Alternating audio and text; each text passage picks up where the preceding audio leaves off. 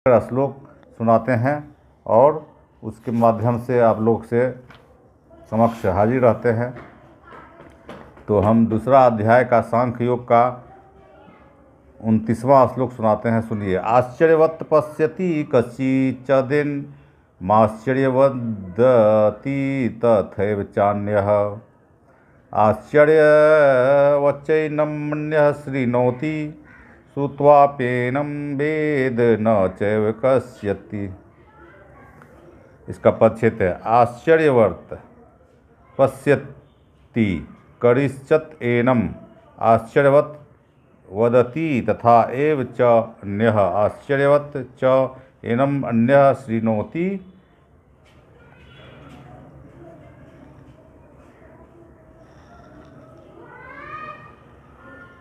श्रुत्वा अपि एनं वेद न च एव कश्चित्। इसका अर्थ है कोई महापुरुष इस आत्मा तत्व को आश्चर्य की तरह देखता है और वैसे ही दूसरा महापुरुष आश्चर्य की तरह कहता है। अन्य साधक इसे आश्चर्य की तरह सुनता है और कोई अशुद्ध चित्त व्यक्ति सुनकर भी इसे नहीं जान पाता है।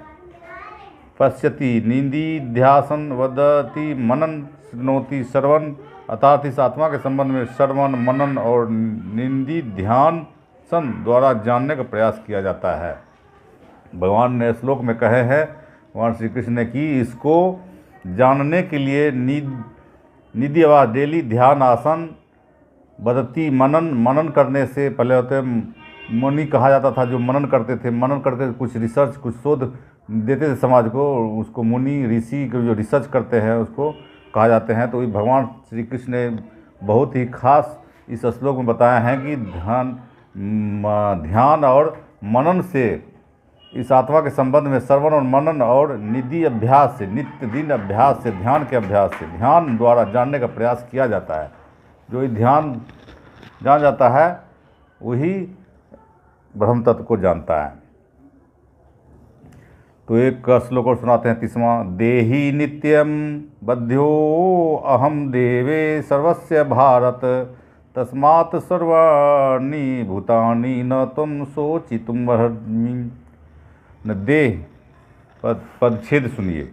देहि नित्यम अवध्यः अयम देहे सर्वस्य भारत तस्मात् सर्वाणि भूतानि न त्वं शोचितुम अर्हसि।